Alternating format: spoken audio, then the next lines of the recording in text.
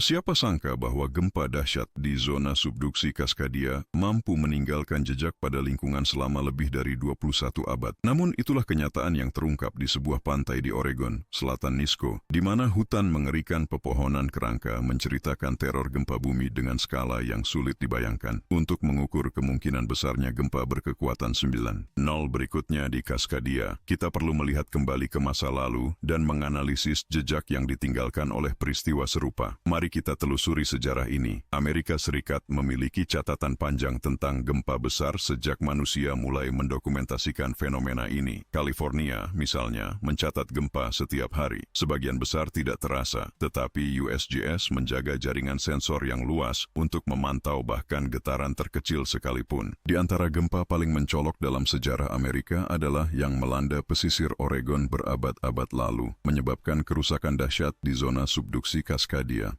Waspadalah, karena akibat megatrust di masa lalu ini mungkin menjadi petunjuk utama kita tentang peristiwa menakutkan berkekuatan 9 Ponsor yang akan datang. Sekitar 200 tahun yang lalu, sebuah bencana besar menciptakan banyak hantu hutan. Beberapa terletak lebih dari 1,6 km ke daratan. Bencana ini memusnahkan jutaan pohon sepanjang 1.000 km dari Eureka di California hingga barat Pulau Vancouver di Kanada. Hanya dalam 3 hingga 5 menit, area seluas sekitar 55.000 km, setara dengan wilayah Virginia Barat, tenggelam antara 0,6 hingga 1,8 meter. Sebagian besar proses penurunan tanah ini terjadi di bawah perairan laut, namun sebagian yang signifikan mencapai daratan, menenggelamkan hutan pantai yang dulunya subur di bawah permukaan laut. Tak lama setelah penurunan tanah, tsunami yang ganas membanjiri wilayah pesisir, menerjang hingga 16 km, 10 mil ke daratan. Air asin mencekik pepohonan yang sudah lemah akibat penenggelaman, mempercepat kerusakannya. Sisa-sisa pohon ini berubah menjadi fosil, tetap terendam saat air pasang selama berabad-abad. Seiring waktu, fenomena geologis seperti sedimentasi dan pergerakan tektonik pengangkatan menggeser garis pantai ke arah barat, mengekspos sisa-sisa pohon kuno. Keberadaan beberapa hutan hantu di sepanjang zona subduksi Cascadia menjadi peringatan suram tentang sejarah seismik daerah tersebut. Formasi hutan ini, yang tercipta akibat gempa besar, bervariasi usianya. Hutan hantu Neskowin berasal dari sekitar 100 sm, sedangkan yang di Kopalis muncul pada tahun 1700. Terjadinya peristiwa penurunan tanah lain di antara kedua formasi ini menunjukkan bahwa hutan hantu baru mungkin telah terbentuk sekitar tahun 400, 1950, dan 1470. Penyebab bencana ini adalah megatrust yang terjadi ketika satu lempeng tektonik terdorong di bawah lempeng lainnya. Gempa dahsyat ini dengan magnitudo antara 7,5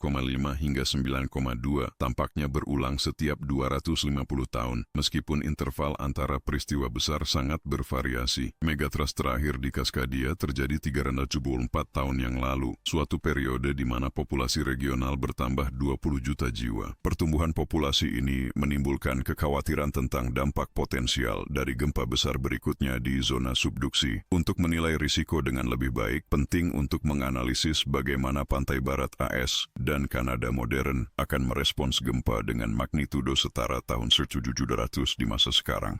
Mempertimbangkan bahwa gempa bumi besar berikutnya terjadi pada pukul 9 pagi, waktu setempat pada tanggal yang belum ditentukan, kita dapat memproyeksikan dampak tsunami dan efek lain dari gempa tahun 1700 terhadap skenario saat ini. Latihan hipotetis ini memungkinkan kita untuk mengantisipasi dengan jelas kemungkinan dampak dari peristiwa katastrofik dengan magnitudo seperti itu. Mari kita mulai. Bayangkan sebuah masa depan dekat di mana zona subduksi Cascadia di pantai terus melakukan pergerakan tektonik khasnya. Di wilayah ini, lempeng Juan de Fuca menyusup ke bawah lempeng Amerika Utara, sebuah fenomena yang telah berlangsung selama lebih dari 3 abad. Gesekan antara lempeng-lempeng ini menyebabkan lempeng atas perlahan melengkung ke arah lempeng yang sedang disubduksi. Seiring waktu, tekanan yang terkumpul melebihi resistensi gesekan yang menyatukan lempeng-lempeng, menyebabkan lempeng atas tiba-tiba kembali ke posisi semula. Sekarang pukul 9 pagi, tiba-tiba gempa bumi berkekuatan 9,0 dimulai. Episentrumnya terletak pada kedalaman 13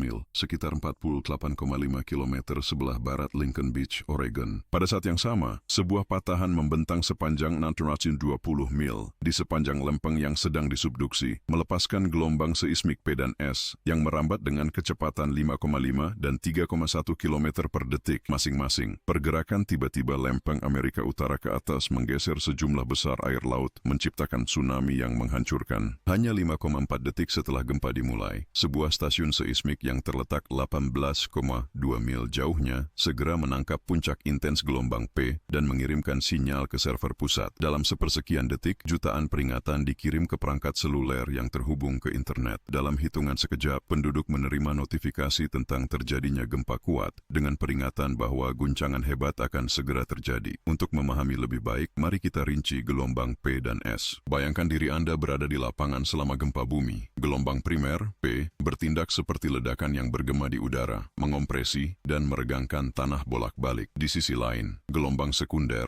S, bekerja seperti ayunan samping, menggoyangkan tanah secara horizontal, membuat sulit untuk menjaga keseimbangan. Bandingkan gelombang P dengan barisan orang membuat ombak dengan lengan, maju dan mundur. Sementara gelombang S mengingatkan pada deretan orang bergandengan tangan, berayun ke samping. Hey guys, sebelum melanjutkan, jangan lupa subscribe ke channel Insane Curiosity. Aktifkan notifikasi untuk mendukung pembuatan konten yang semakin baik. Kembali ke latihan imajinasi kita. 8 detik setelah gempa dimulai, getaran pertama mencapai Lincoln City, salah satu lokasi terdekat dengan epicentrum. Tanah bergetar kuat selama 11 detik hingga gelombang S yang lebih menghancurkan muncul. Goyangan menjadi vertikal, intens, mencapai hingga setengah percepatan gravitasi. Kemudian gelombang lain seperti Love dan Rayleigh memperluas kekacauan. Di dalam bangunan, benda-benda berjatuhan dari rak, furnitur berat roboh, dan lampu hancur di lantai. Di luar, genteng beterbangan, cerobong asap runtuh menjadi tumpukan batu bata, dan retakan muncul di dinding dan fondasi. Gambaran ini mengacu pada bangunan kayu dan baja tahan lama. Jika Anda berada di struktur batu bata tanpa penguat, keruntuhannya hampir pasti. Di gedung beton, kemungkinan bertahan akan sedikit lebih tinggi. Kegoncangan tak henti-hentinya ini berlangsung selama 5 menit yang menyiksa, yang terasa tak berujung bagi para penyintas. Deskripsi ini sesuai dengan kerusakan magnitudo MMI 8, memengaruhi kota-kota seperti Crescent City dan Newport. Guncangan intensitas MMI 7 akan mencapai Seattle, Portland, Tacoma, Medford, Reading, dan Victoria. Sementara yang tingkat MMI 6 akan berdampak pada Vancouver, Klamath Falls, Chico, dan Port Hardy. Gempa dengan magnitudo MMI 5 akan berdampak pada San Francisco, Sacramento, Reno, dan Bend, di mana lokasi yang mengalami guncangan MMI 5 atau lebih tinggi akan mengalami kerusakan bervariasi, sementara area dengan MMI 7 atau lebih akan menyaksikan banyak bangunan batu runtuh. Selain kerusakan pada bangunan, jutaan, bahkan mungkin miliaran pohon akan tumbang, disertai puluhan ribu tanah longsor. Dari Vancouver hingga Reddick, ratusan bahkan ribuan struktur akan hancur. Gerakan massa ini bisa terjadi di wilayah manapun yang mencatat setidaknya guncangan MMI 4 menjadi lebih sering di tempat tanah lebih terguncang. Lahan berbukit dan lereng curam akan paling rentan. Penduduk yang tinggal dekat pantai, sungai aktif, atau dataran banjir dengan sedimen jenuh air akan menghadapi risiko tambahan, risiko amblesan. Ini terjadi karena di tanah dengan permukaan air tanah tinggi, tanah yang sebelumnya stabil karena gesekan bisa bergerak tiba-tiba, mengeluarkan air dan menyebabkan penurunan tidak merata. Fenomena ini disebut likuifaksi, akan membuat tanah amblas di bawah fondasi bangunan. Diperkirakan puluhan ribu bangunan akan terdampak dengan jumlah korban yang setara telah tercatat. Sementara gelombang seismik menyapu kota-kota besar dalam interval berbeda, ancaman paling menghancurkan masih mendekat, tsunami dengan skala kolosal. Bagaimana fenomena ini akan memperbesar bencana? Tsunami adalah gelombang laut raksasa yang mampu menyebabkan kehancuran ekstrim saat mencapai daratan. Meskipun bisa dipicu oleh berbagai peristiwa geologis, seperti longsor bawah laut atau aktivitas vulkanik, yang paling merusak biasanya berasal dari gempa megatrust, seperti yang khas di zona subduksi Cascadia. Terletak di ujung barat Laut Pasifik Amerika Utara, zona subduksi Cascadia dikenal menghasilkan tsunami berkekuatan besar. Mekanisme pembentukan gelombang ini dari gempa mega cukup langsung. Di zona subduksi, satu lempeng tektonik terdorong di bawah lempeng lain, membentuk palung laut dalam dan sempit. Ketika gempa bumi berkekuatan besar terjadi di zona subduksi, terjadi pergeseran dasar laut yang tiba-tiba secara vertikal. Gerakan mendadak ini mengganggu massa air di atasnya, menciptakan kondisi untuk terjadinya tsunami. Besarnya gelombang yang dihasilkan berhubungan langsung dengan berbagai aspek seperti intensitas guncangan seismik, luas pergeseran dasar laut, dan karakteristik geometris zona subduksi. Kejadian seismik yang lebih kuat yang mampu menyebabkan kenaikan dasar laut yang lebih tajam biasanya menghasilkan tsunami yang lebih besar. Zona subduksi dengan kemiringan lebih curam di dekat pantai, seperti daerah Cascadia, memiliki potensi lebih besar untuk menciptakan tsunami yang dahsyat. Mari kita periksa kemungkinan besarnya tsunami dalam kejadian semacam ini. Dalam rentang waktu antara 20 hingga 35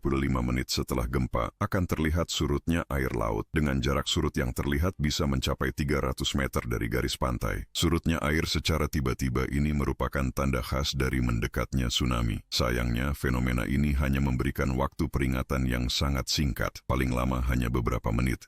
Sebelum gelombang raksasa kembali dengan kekuatan dahsyat, ketinggian tsunami akan bervariasi tergantung pada wilayahnya. Di pesisir utara California, gelombang umumnya akan mencapai ketinggian antara 4 hingga 6 meter. Di daerah lebih utara seperti Oregon, kisaran ketinggiannya antara 6 hingga 13 meter. Sementara di Washington, gelombang bisa mencapai ketinggian yang mencengangkan antara 6 hingga 35 meter. Bahkan Seattle akan terkena dampaknya dengan perkiraan ketinggian gelombang sekitar 1,5 meter. Seluruh komunitas pesisir akan terendam dengan air yang masuk hingga 16 km ke daratan. Tingkat kehancuran sangat terkait dengan karakteristik topografi setiap lokasi. Dalam skenario tragis, dampak pertama tsunami ini bisa merenggut puluhan ribu nyawa. Kerusakan tidak akan berhenti di situ, karena gelombang tsunami yang berturut-turut akan terus menghantam pesisir pantai selama berjam-jam. Untuk memperburuk situasi, ada juga risiko kebocoran bahan kimia katastrofik di sepanjang sungai Willamette, yang mampu menewaskan 2.500 orang dan melukai 17.000 lainnya hanya di Multnomah County. Saat tsunami menyebar melintasi Samudra Pasifik, gelombang setinggi 3 hingga 6 meter akan terbentuk di sebagian besar Hawaii, dengan kemungkinan menyebabkan kerusakan besar di Hilo. Kawasan di Alaska Selatan, termasuk Kodiak dan Cordova, juga akan terdampak oleh gelombang setinggi 3 meter. Total biaya bencana ini akan sangat besar. Perkiraan menunjukkan korban jiwa antara 16.000 hingga 65.000, 25.000 hingga 30.000 luka-luka, dan sekitar 100.000 orang mengungsi. Kerusakan material diperkirakan mencapai 270 miliar, meskipun beberapa analis menduga angka ini mungkin masih di bawah kenyataan, dan kesulitan tidak akan berakhir dengan berhentinya tsunami. Mega gempa kemungkinan akan memicu guncangan sekunder yang kuat, berpotensi berkisar antara 7,8 hingga 8,1 skala Richter, ditambah ribuan gempa susulan yang lebih kecil. Guncangan tersebut juga dapat memicu letusan gunung berapi di pegunungan Cascade, mungkin termasuk letusan moderat Gunung St. Helens. Tentu saja tingkat keparahan skenario ini terkait langsung dengan besarnya gempa awal. Guncangan 7,5 skala Richter pasti akan menyebabkan kerusakan jauh lebih kecil dibandingkan gempa berkekuatan 9,0 hingga 9,3. Namun, probabilitas tahunan terjadinya mega gempa subduksi di zona Cascadia diperkirakan sekitar 1:250. Dampak dari fenomena semacam itu benar-benar mengerikan untuk dibayangkan. Apakah Anda percaya gempa besar Cascadia berikutnya akan terjadi segera? Adakah area spesifik yang Anda anggap prioritas untuk analisis dampak potensial dibandingkan bencana sebelumnya? Tinggalkan komentar Anda tentang pendapat Anda. Tonton video berikutnya yang akan ditayangkan, di mana kami menjelaskan bagaimana keruntuhan baru-baru ini di Madrid dapat memengaruhi pusat Amerika Serikat. Terima kasih atas perhatian Anda.